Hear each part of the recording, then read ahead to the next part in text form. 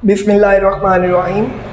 My name is Babar Arshad, and last time we discussed about scalars and vectors. Scalars quantities जिनको हम magnitude से represent करते हैं, मतलब आप सिर्फ मैग्नीट्यूड बताएं तो वो क्वांटिटी डिस्क्राइब हो जाए, उस क्वांटिटी को हम बोलते हैं स्केलर क्वांटिटी। और ऐसी क्वांटिटीज़ जिसमें आपको स्केलर्स मैग्नीट्यूड और डायरेक्शन दोनों चीज़ें बतानी पड़े तब जाकर क्वांटिटी डिस्क्राइब हो, तो वो क्वांटिटीज़ आपके पास क्या कहलाती हैं? Vectors quantities. एक छोटी सी बात जो मिस हुई आई थिंक लास्ट टाइम, कि स्केलर्स और वेक्टर्स क्वांटिटी में डिफ्रेंशिएट कैसे किया जाए कि ये क्वांटिटी स्केलर है या वेक्टर है। तो उसके लिए फॉर एग्जांपल हमारे पास अगर लाइक हमने बात की थी फोर्स की, तो force is a vector quantity. So how we can differentiate either it is a scalar or it is a vector quantity. So we put an arrow before we put arrow. अब इसके ऊपर arrow लगाने से क्या हो गया? ये आपके पास कौन सी क्वांटिटी है?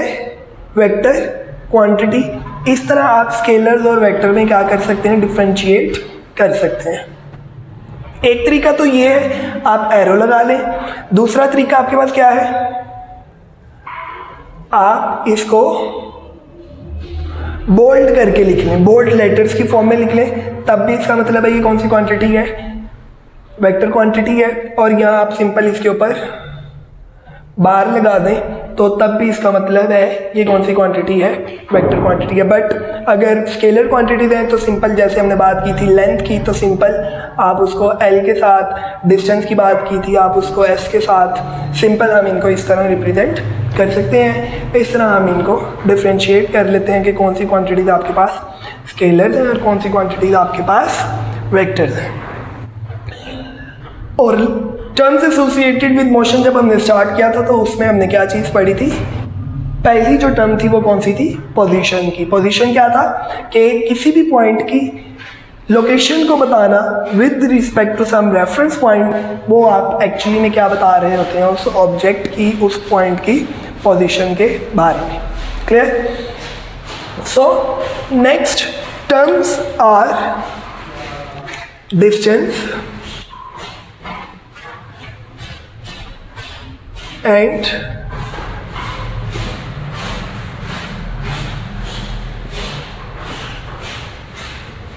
distance and displacement। डिस्टेंस क्या है आपके पास? जिसको उर्दू में हम कहते हैं फासला। एक्चुअली दो पॉइंट्स के दरमियान जो रास्ते की लंबाई है, उस लंबाई को हम क्या बोलते हैं? डिस्टेंस। क्लियर? तो length of a path between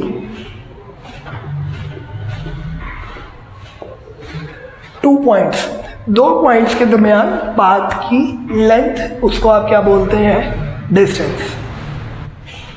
इसको फर्दर अगर हम देखें तो लेट से आपके पास कोई इस तरह का पाथ है और एक पॉइंट आपके पास यहाँ पर है ए और एक पॉइंट आपके पास यहाँ पर है बी।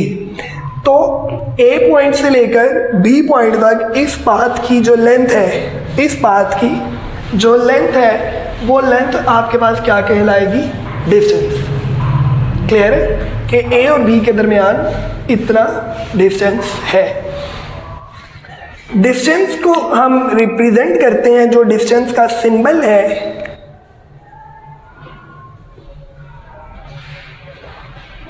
वो है आपके पास एस। एस के साथ हम इसको रिप्रेजेंट करते हैं। एस का मतलब है डिस्टेंस। यूनिट के यूनिट का मतलब है हम इसको मेजर किस में कर रहे हैं, इसकी पैमाइश किस में कर रहे हैं, तो इसके यूनिट्स क्या हैं आपके पास, मीटर, जिसको हम रिप्रेजेंट करते हैं m के साथ। और थर्ड वन चीज़ जो है वो है आपके पास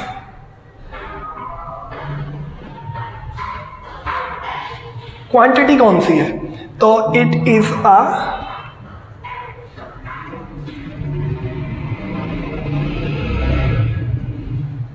स्केलर क्वांटिटी, क्योंकि हम इसको मैग्नीट्यूड से एक्सप्लेन डिस्क्राइब कर सकते हैं। क्लियर है? तो दो पॉइंट्स के दरमियान जो लेंथ है, पाथ की जो लेंथ है, उसको आप क्या बोलते हैं, डिस्टेंस। सिंबल इसका s, यूनिट्स इसके जिसमें हम इसको मेजर करते हैं वो यूनिट्स क्या है, मीटर है। और क्वांटिटी आपके पास कौन सी है, स्केलर क्वांटिटी है, क्योंकि हम इसमें डायरेक्शन बताए बगैर अपनी बात को एक्सप्लेन या डिस्क्राइब कर सकते हैं। नेक्स्ट जो चीज़ आती है आपके पास वो है डिस्प्लेसमेंट।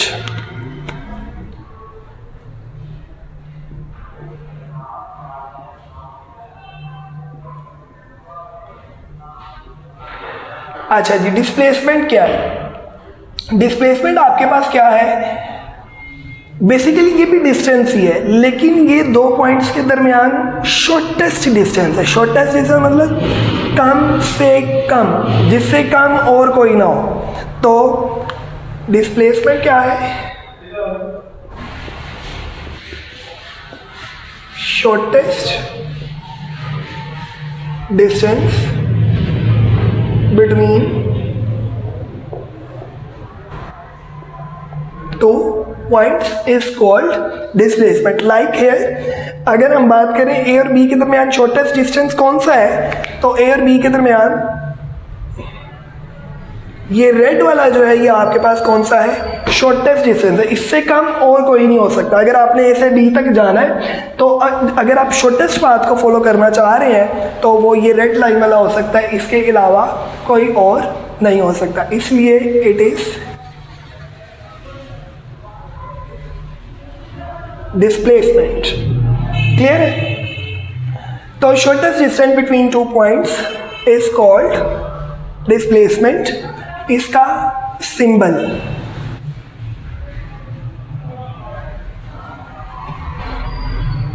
इसके यूनिट्स और ये कौन सी क्वांटिटी है, ये सारी चीज़ें हमारे बताना ज़रूरी है। तो सिंबल इसका है D और ऊपर मैं इसके लगा रहा हूँ एरो, अभी बताता हूँ क्यों। यूनिट्स इसके भी कौन से हैं, मीटर है, और उनको हम रिप्रेजेंट करते हैं m के साथ। और क्वांटिटी है ये आपके पास वेक्टर। अच्छा, अब डिस्प्लेसमेंट में एक्चुअली हमें डायरेक्शन बताना ज़रूरी होता है।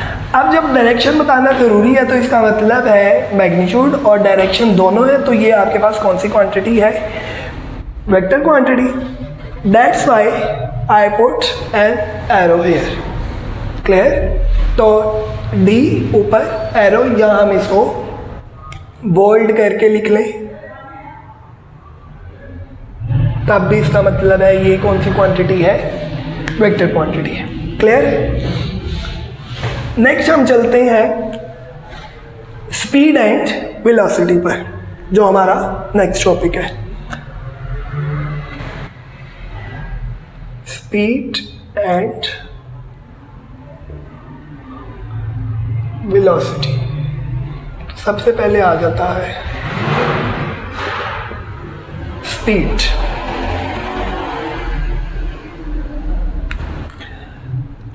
अच्छा जी, स्पीड आपके पास क्या है? जब हम बात करते हैं डिस्टेंस की, आपने अभी यहाँ पर देखा कि बॉडी A से B तक गई, तो उसके लिए हमने इसको दो हिस्सों में डिवाइड कर दिया कि अगर आप उसके एक्चुअल पाथ की लेंथ को देखेंगे तो वो आपके पास होगा डिस्टेंस, और अगर आप शॉर्टेस्ट पाथ को देखेंगे तो वो आपके पास होगा डिस्प्लेसमेंट। तो अगर यहाँ पर इस पाथ को फॉलो करते हुए हम इसको विद रिस्पेक्ट टू टाइम देखें, क्या करें, विद रिस्पेक्ट टू टाइम देखें तो वो आपके पास क्या होगा, वो उस ऑब्जेक्ट की, उस बॉडी की क्या होगी, स्पीड। और अगर हम इस पाथ को टाइम से डिवाइड करेंगे, टाइम के लिहाज से देखेंगे, तो वो आपके पास क्या होगा, वेलोसिटी। तो स्पीड आपके पास क्या है,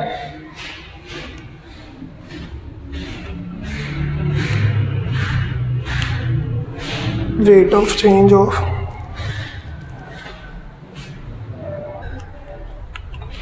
तो स्पीड है आपके पास distance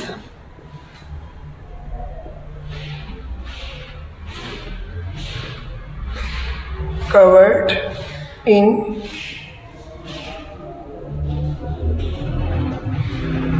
unit time of a body is called speed। Clear कि बॉडी यूनिट टाइम के अंदर, unit time means 1 second, 1 minute, 1 hour, जो भी है, यूनिट टाइम में बॉडी कितना डिस्टेंस कवर करती है तो उसको हम बोलेंगे कि वो बॉडी की क्या है, स्पीड है। और जैसे मैंने आपको यहाँ पर बताया कि बॉडी इस पाथ पर फॉलो कर रही है, तो लेट से 1 सेकेंड के बाद वो यहाँ पर आती है, तो 1 सेकेंड में उसने इतना डिस्टेंस कवर किया, तो ये आप एक्चुअली क्या निकाल रहे हैं, उसकी स्पीड निकाल रहे हैं। क्लियर है?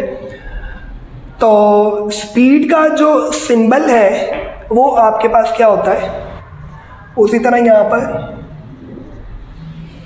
सिंबल इसका होता है आपके पास v, और इसका जो फॉर्मूला है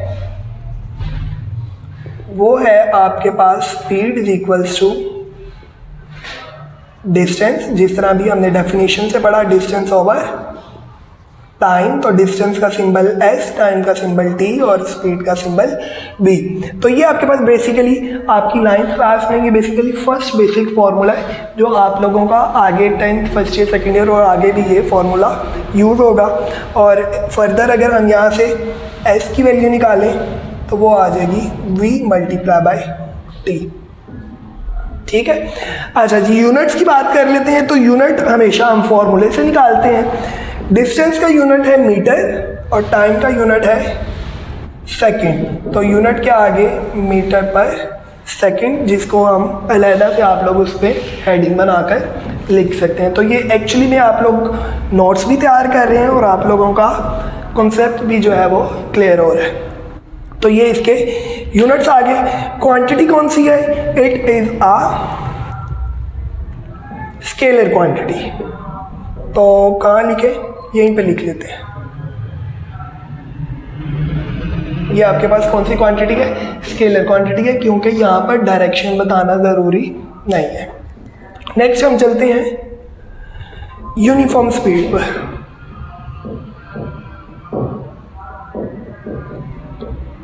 यूनिफॉर्म का मतलब है एक जैसा, सेम। यूनिफॉर्म मीन्स सेम, एक जैसा। तो यूनिफॉर्म स्पीड क्या है, अगर कोई बॉडी इक्वल टाइम में इक्वल डिस्टेंस कवर करे तो वो बेसिकली उसकी जो स्पीड होगी वो कौन सी स्पीड होगी, यूनिफॉर्म स्पीड। तो if a body covers equal distances in equal intervals of time, however short the interval, may be. It means अगर एक बॉडी 1 सेकेंड में 1 मीटर डिस्टेंस कवर करती है और इसी तरह अगले सेकेंड में भी कितना डिस्टेंस कवर करती है, 1 मीटर, तो फिर उसकी स्पीड क्या होगी, यूनिफॉर्म स्पीड होगी। लाइक हियर, अगर 1 सेकेंड में वो यहाँ पर आई है, उसने डिस्टेंस कितना कवर किया, 1 मीटर। अगले सेकेंड में उसने कितना डिस्टेंस कवर किया, 1 मीटर। अगले सेकेंड में उसने कितना डिस्टेंस कवर किया, 1 मीटर। तो असल में आप लोग देख रहे हैं कि जितना वक्फा है उन सब वक्फों में उसका डिस्टेंस क्या है, इक्वल है, सेम है, equal distance in equal intervals of time. तो इट मीन्स उसकी स्पीड क्या होगी, यूनिफॉर्म होगी। अब इससे नेक्स्ट जो है वो आपके पास है velocity.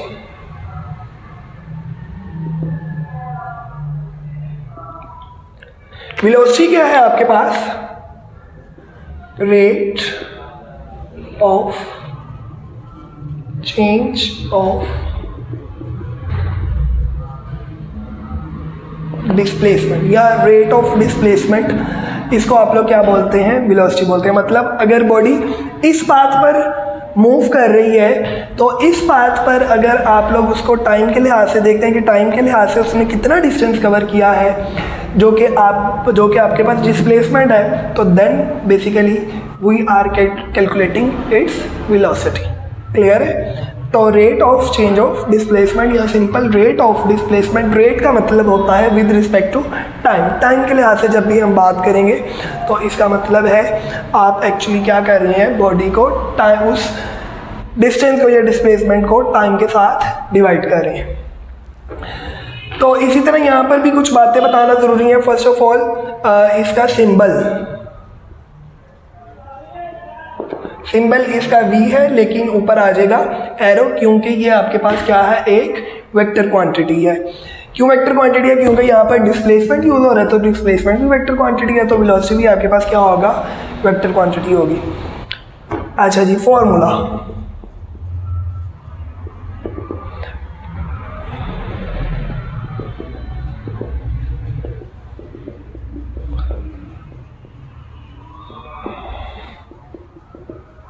Displacement over time, displacement को आप रिप्रेजेंट करते हैं डी के साथ, टाइम को आप टी के साथ, और वी को, तो ये असल में ये इसका आ गया आपके पास फॉर्मूला। इसी तरह अगर हम यहाँ पर यूनिट्स निकालने हैं तो यूनिट्स क्या होंगे, डिस्प्लेसमेंट का यूनिट होता है मीटर, टाइम का यूनिट सेकंड, तो इसके यूनिट्स के आगे मीटर पर सेकंड, और क्वांटिटी कौन सी है, ये आपके पास है वेक्टर क्वांटिटी। और लास्ट वन आपके पास क्या चीज़ आ जाएगी, यूनिफॉर्म।